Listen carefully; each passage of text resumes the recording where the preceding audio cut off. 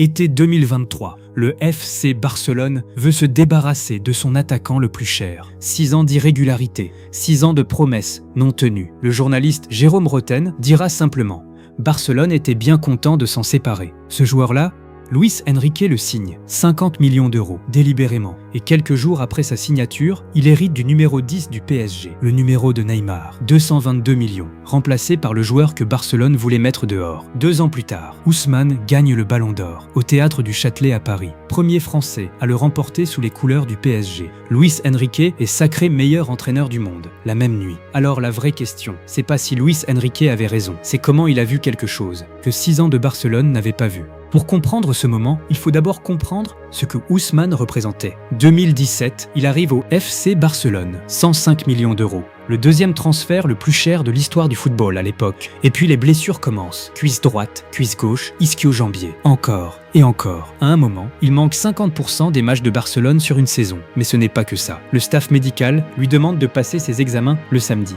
Il prend un vol pour le Sénégal. Il aggrave sa blessure en chemin. Et il revient le lundi. Des retards à l'entraînement. Des rendez-vous médicaux ignorés. Une réputation qui prend de l'ampleur. Ingérable. Sur courant alternatif. C'est ce que tout le monde dit. Mais le pire n'est pas encore là. En janvier 2022, Barcelone veut qu'il prolonge. Les négociations traînent depuis 6 mois. Le directeur général du club, Matteo Alemany, prend la parole en conférence de presse, publiquement. Et il dit quelque chose d'extraordinaire. Nous avons été très patients. Il y a des contacts depuis 5 mois. Nous ne parlerons plus d'hypothèses.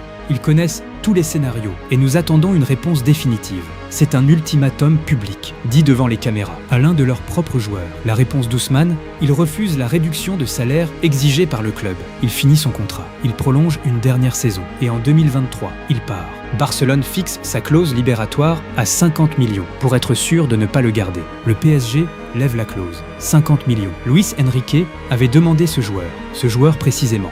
Ousmane Dembélé à Paris. Moi, quand j'ai appris le truc là il y a quelques minutes, ma première réaction c'était un peu déçu. Alors je suis ni supporter du Barça ni supporter du Paris Saint-Germain.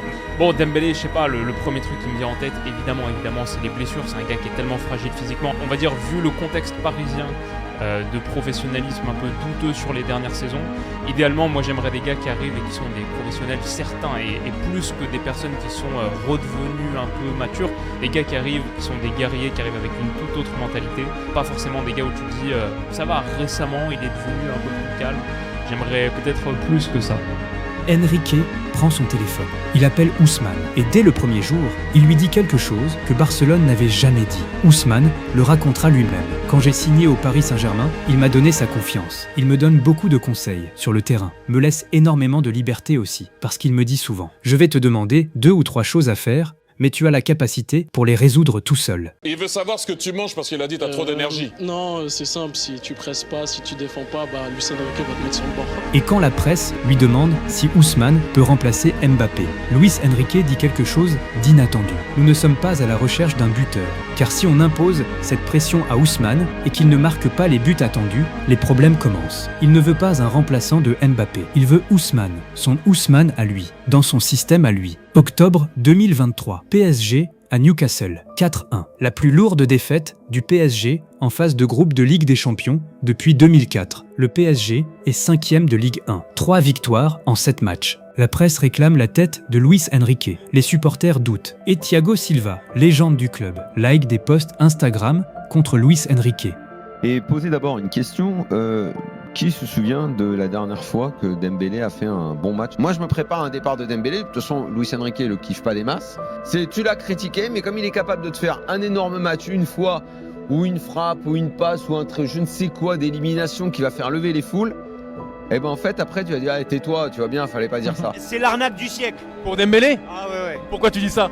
La plus belle affaire pour Barcelone, c'est de nous l'avoir refilé. Même pour 50 millions, pour toi c'est pas... Pour 1 euro, il les vaut pas. Très déçu de Dembélé encore une fois, qui on dirait, il joue avec des Timberland, il a les pieds lourds, je comprends pas. Tout le monde parle de Dembélé, hein. J'ai l'impression que c'est lui. Ouais, tout le monde est tous déçus de lui. L'année dernière, on a beau dire, à la place de Dembélé, il y avait Messi. Et il marchait peut-être, mais enfin, quand il marchait, il allait plus vite que Dembélé quand il court.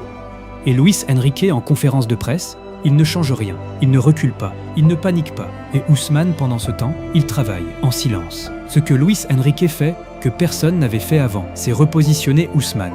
courir sur le côté, centrer ou dribbler. Au PSG, faux numéro 9, le centre du système, l'axe autour duquel tout tourne. Et en janvier 2025, quelque chose se passe. En janvier et février 2025, Ousmane marque plus de buts qu'en toute la saison 2023-2024 complète. 25 buts en 25 matchs.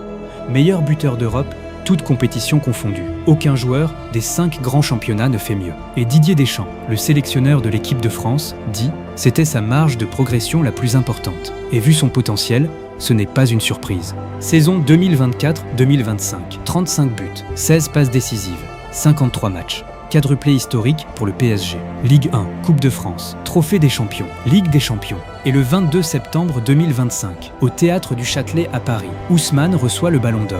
La même nuit, Luis Enrique est sacré meilleur entraîneur du monde. Ousmane dira quelques jours avant la finale contre Arsenal. Luis Enrique, sa recette, on ne peut pas la dire. C'est un entraîneur de haut niveau. Il est exceptionnel et on espère qu'il va rester très longtemps au PSG. Ce n'est pas du discours, c'est le résultat de 2 ans de travail. Budapest, Puskás Arena, 30 mai 2026. Arsenal mène 1-0. Le joueur que Barcelone voulait mettre dehors, qui égalise en finale de Ligue des Champions pour offrir au PSG leur 2e étoile. Alors, où en sommes-nous ?